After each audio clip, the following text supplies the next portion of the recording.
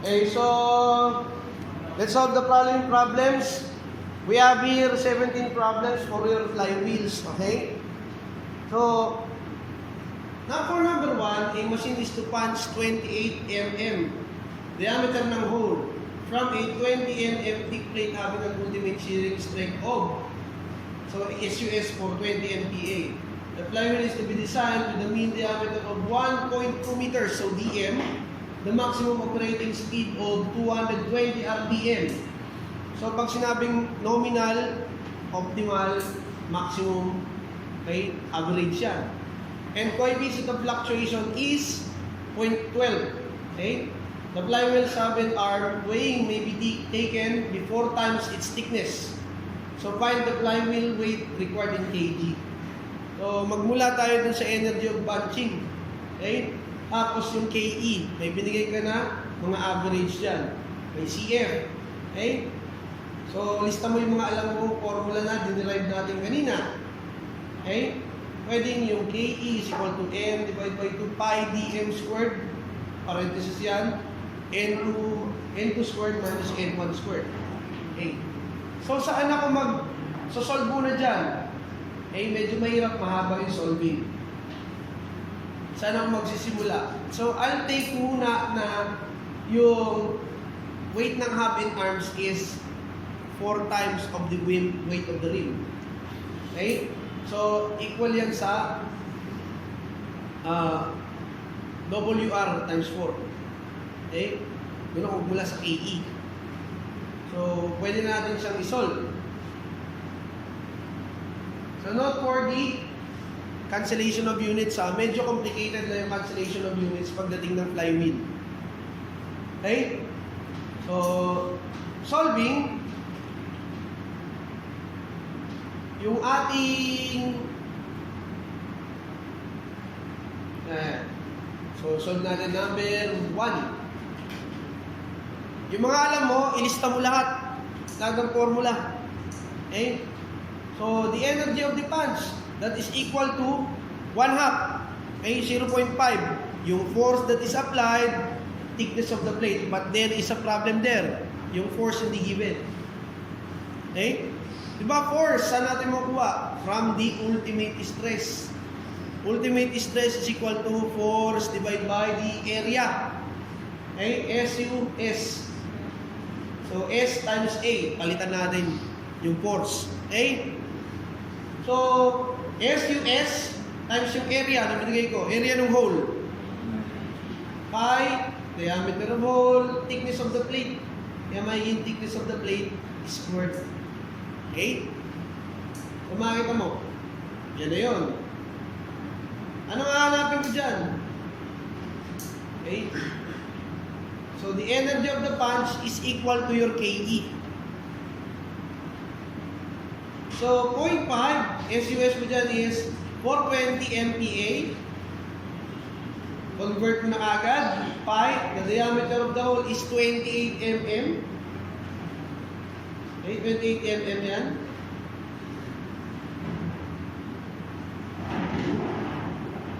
Tapos, thickness of the plate is 20 mm.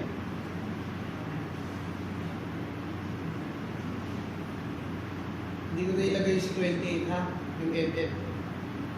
So, dapat ang unit dyan is Newton meters. So, ita-translate natin yan. Ano ba dapat na matitira? Ginawa kong meter na kasi dinivide ko ng 1,000. Okay? Ma-cancel kasi yung mm dyan. Mm squared. Kaya lalabas Newton meter para madali yung conversion of unit mo pagdating ng KE. So, when you solve that, 0.5 times 420 times pi times 28 times 20 squared, nasa ilalim yung 1,000.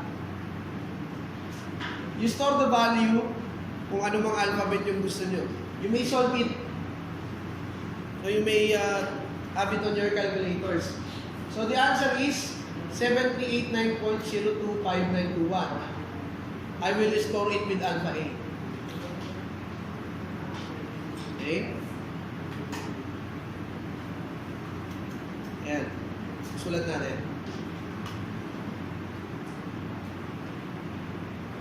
Okay? Stored siya kay A, and that is your KE, kinetic energy. So, yung kinetic energy, okay, ang tinatanong kasi dito is the flywheel weight. Dadaan pa ba ako dun sa weight of the rim tsaka Allen arms? I think na. Kasi pwedeng idiretso ko na siya dyan sa KE. So, mass of the flywheel divide by 2 times pi dm squared. Meron akong N2 and N1. Kaya lang, naka-average. So, gagamitin ko yung coefficient of fluctuation mo. Okay? So, N, M. Okay. Pwedeng ang gamitin mo kasi dyan yung CF na agad. So, MF. Simplify ko na agad. MF is cross-multiplying 2KE divided by pi dm squared N2 squared minus N1 squared. Okay, gamitin natin yung CF. Oh, may N1, N2 ka ba? Wala kang N1. Okay, wala kang N1 dyan.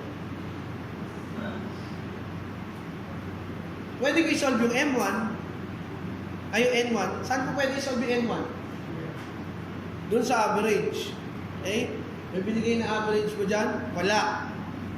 May CF na binigay? Yes, there is. Okay? Pero ang problema mo nga, maximum lang binigay. Saan mo i-solve yung N-ab? Ay kung N1, N2 lang yung binigay, walang N1, walang N-ab. Sa coefficient of fluctuation, pero may solve yun. Okay? So, sinimplify ko ha.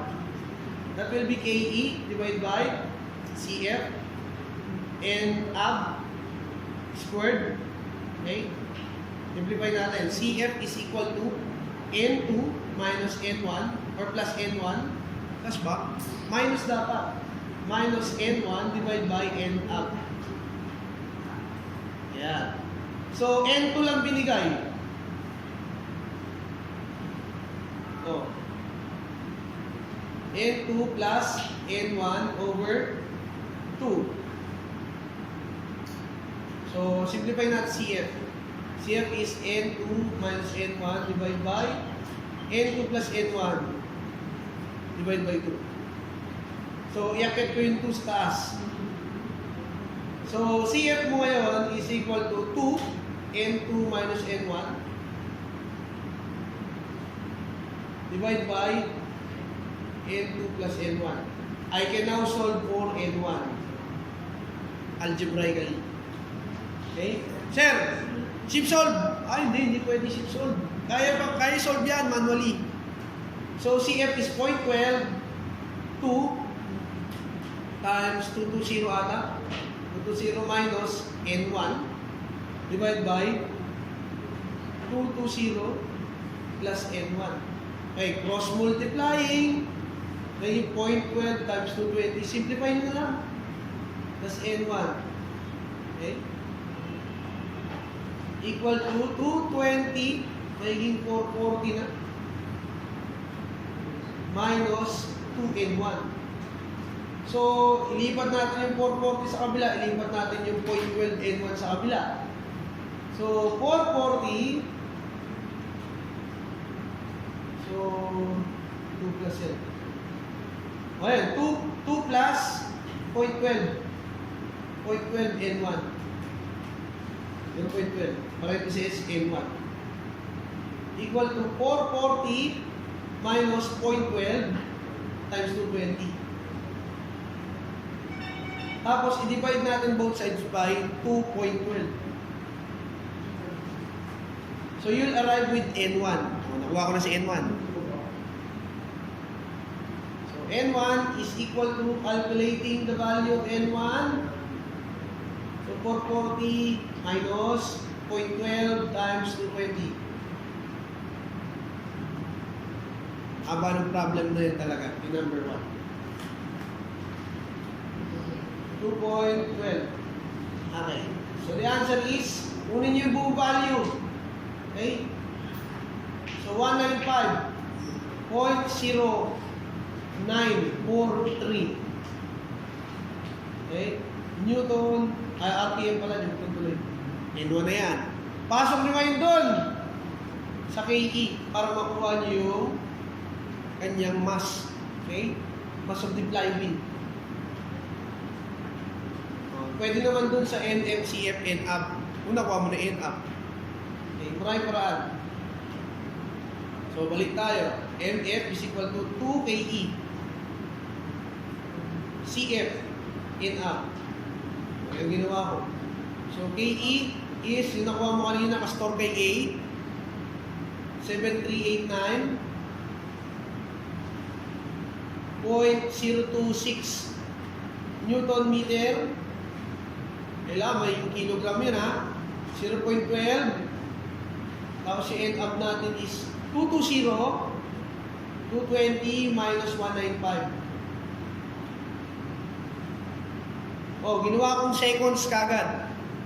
Bakit, sir? Bakit maging seconds? Kasi yung kakancel mo sa Newton, ano ba yung factor niya? 1 Newton second squared per kilogram meter. Okay? Yun yung proportionality constant niya. So, ginawa kong RPS squared. Newton, okay, revolutions per second. Kasi mahirapan ka pag naka-minute pa eh. So, didiretso ko na. So, 1 kilogram meter second squared per Newton. Para makakancel ko si Newton meter, okay? Si second squared, cancel na dun sa RPS. Okay? Yan, cancel na yan. Okay, cancel natin yan sa taas. Tapos, matitira si kilograms. Kulang pa ng pi dm. Okay? So, diniretso ko. Yan, kulang dito sa MCF app. Okay, nakalimutan ko lang. Sorry naman.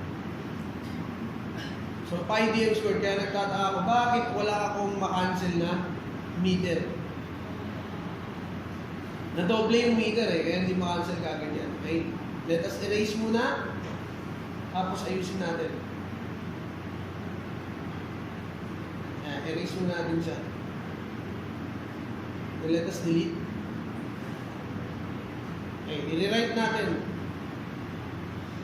Okay? Medyo mahirap dahil yan, 7. Tapos, dugtong natin pa yung DM. Yung DM natin is min diameter 1.2. 1.2 meters. So, 1,200 millimeter. Okay, 1.2 meters squared. Cancel na yung meter squared na second squared. You'll arrive with kilogram na lang matitira. Pindutin na sa calculator. So, 7389 nasa A times 1 na yan. Divide by pi. Nakaparenthesis sa, don't forget. 1.2 pi squared mo yung value. Times 0.12. Times, nasa loob, mahaba lang talaga yung solving niya ha. Talagang tiyagaan lang. 220 divide by 60. Okay, plus wala yung square sa loob, nasa labas. Kasi average yan. Times, okay, plus 195.0943. Divide mo ng 60. Divide by 2. And then square all of the sides. So the answer is 362.0867. Saktong-sakto na nandun sa book. Okay? Medyo mahirap yung number 1 talaga. Mahaba yan. That is board exam question. Yung lumalabas na sa board exam talaga yan. Ilang minuto natin ginugol dyan? Almost 20 minutes. Okay? Sa haba ng solving for number 1. So, let's go with number 2. You have a flywheel that releases 260 kilojoules of energy. During operation, it has a mean diameter of 1 meter. Okay? The speed changes from, so meron kang speed changes, meron kang N2 and N1.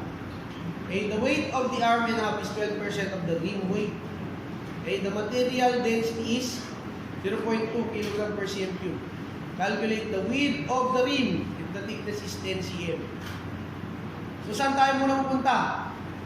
Kay KE para makuha natin yung total mass of the flywheel. Okay? KE.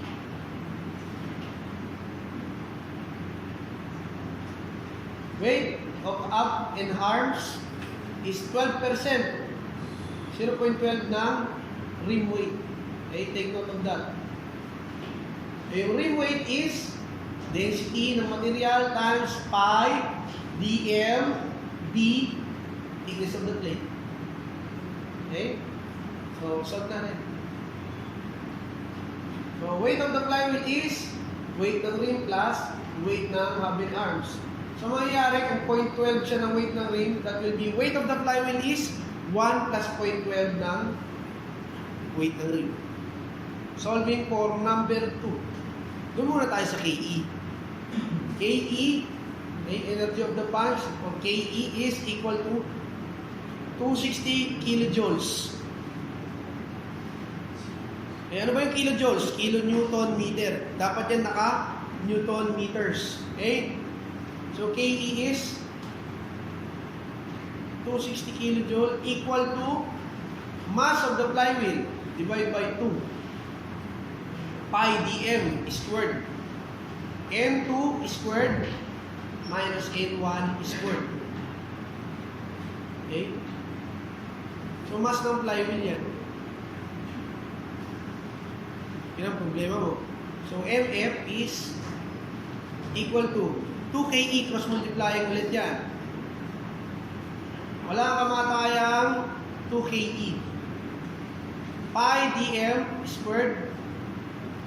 Tapos yung speed ng squared din. Pakita ko yung conversion factor dyan para madali. Kapag nakamas siya, di ba dapat na kilogram? Newton yung makukuha mo eh. You just have to divide it by 2G. So, 2, KE 260, gagawin ko yung 260 times 1,000 para maging Newton meters. Okay? Tapos, pi dm. Pi times, yung dm niya, hindi ko maalala, ano ba yun? That is 1 meter ata. 1 meter squared. Yung N2 is 280 and 220. 280, divide mo ng 60 para maging RPS. Yung RPM, gagawin mo agad na RPS. Okay? So, RPS squared. Then, unit ha. Okay, unit analysis. Anong lalabas dyan? Wala ang lalabas dyan. Newton ang lalabas. You just need to have it in. Pwede makancel eh. Okay? Mag-multiply ka ngayon ng proportionality constant dyan na kilogram, meter, per second squared Newton. Para ang lalabas is kilograms. Okay? So, meter, ako ganyan ha, pag di, yung ihahalo ko pa dito, nakakalito. Separate na papel. Doon ako nag-unit analysis. So, ang lalabas is kilogram. Okay? Kilogram. Yung second squared, cancel na kasi naka-reciprocal tong second squared nasa baba. Revolution per second squared. Nasa baba yan. Ibig sabihin mag-reciprocal, aakyat. Okay? Kaya maka-cancel yung squared. So, Newton, meter, sa baba, ay squared, meter squared. Second squared, nasa baba din. Cancel. So, lalabas kilogram. Okay. Calculate. Pakipindot sa calculator. 2 times 26 o 26. 2,600 times 1,000. Okay. Pi squared times 280 divide by 60, dapat naka-squared siya. Okay? 60, squared mo siya.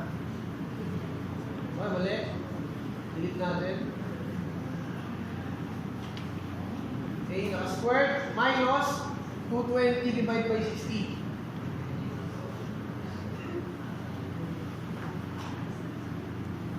And then, squared mo. Then, makuha mo yung value for how many kilograms. 63622.441859. Okay, medyo malaki talaga. Kaya lang, dapat yan naka-weight. Okay, weight. So, nagtataka ako, bakit ganyan kalaki yung nakuha ko? But, okay lang yan. Lista na natin. So, 6322.441859.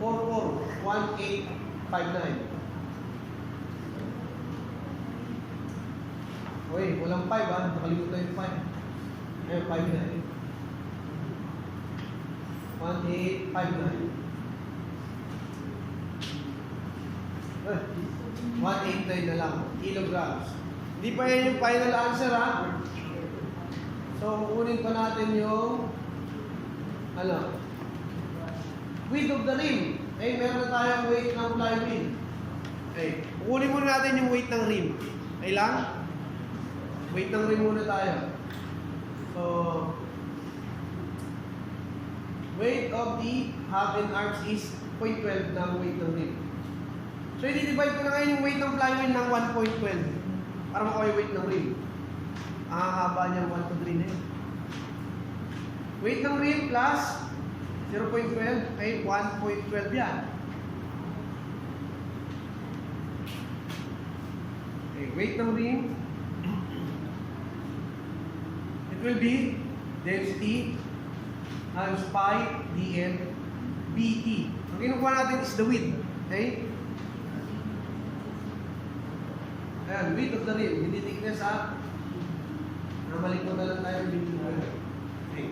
Width of the rim, yung B.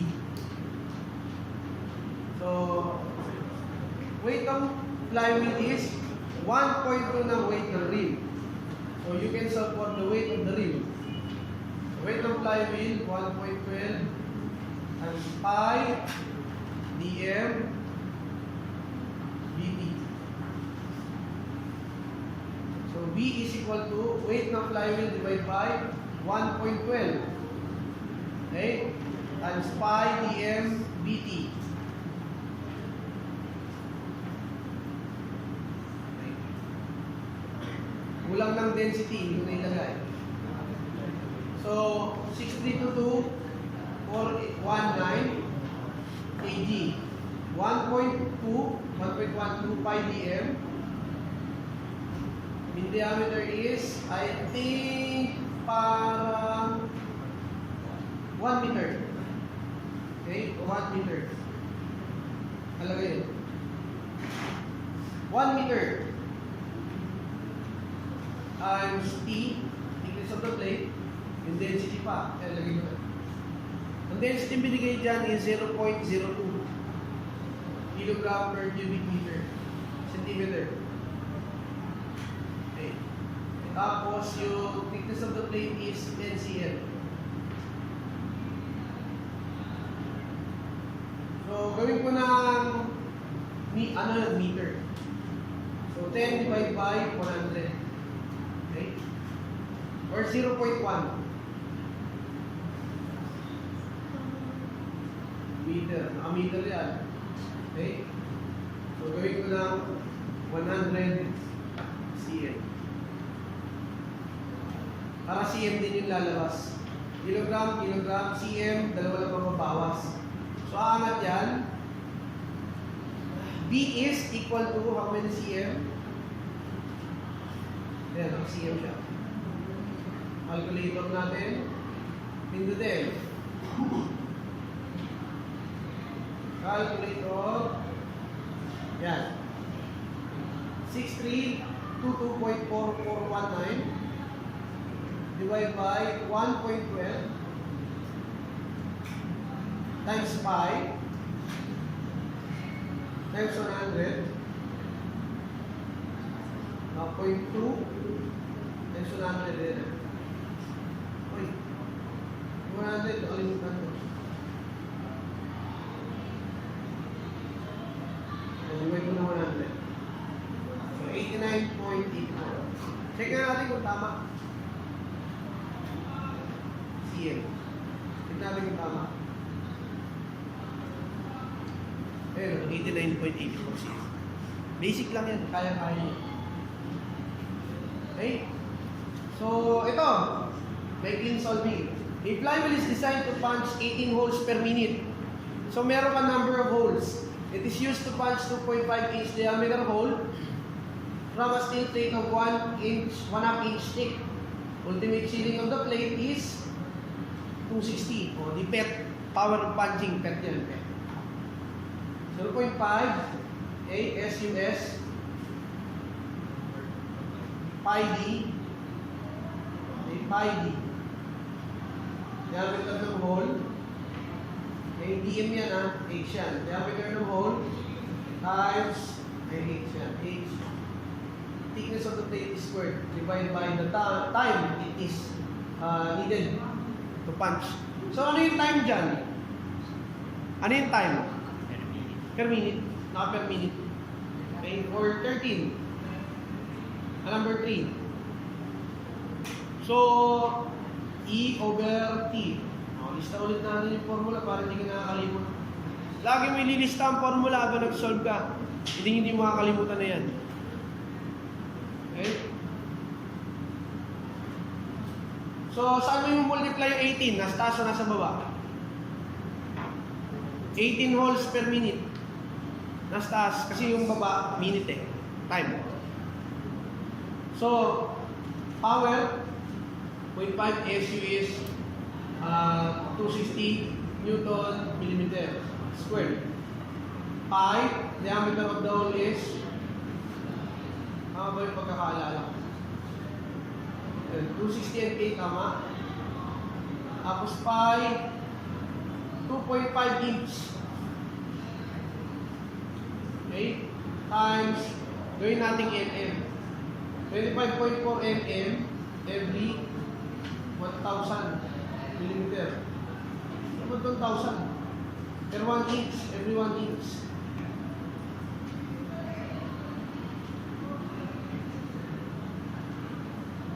Okay? Ginawa ko ng diretso yung conversion. Diba? 1 inch is 25.4. Pero naka-meter siya. Divide ko na lang 1,000. Okay, kaya diretso ko siya. So, 0.5, 25.4 per inch is squared ko. Tapos yung time per minute. Okay, ilang holes? 18 holes. So, 18 per minute. 1 minute. Gawin mo 60 seconds. Okay, per minute. So, tingnan natin yung cancellation of units. Okay, millimeter squared. Okay, nasa isang millimeter yan. Doble dapat. Minute. Okay. Okay, millimeter squared na-cancel na. Ano tira? Newton meter every second. Ano yun? Watts yun. Newton meter every kilojoule. Dapat 1,000 Newton meter per kilojoule. Kilojoule per second is kilowatt. Okay, pindutin natin sa calculator. 0.5 times 265.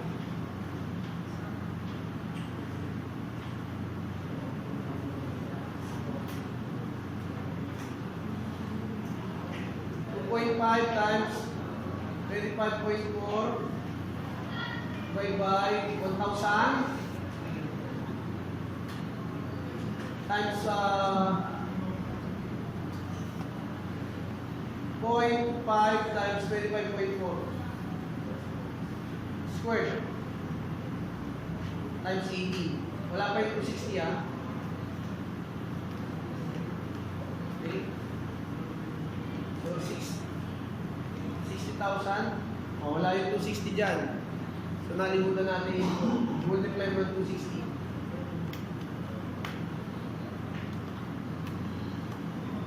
yung power is 1.25 kilowatts.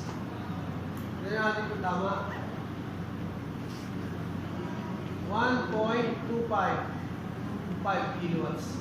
Sige, taas kung tama. Okay?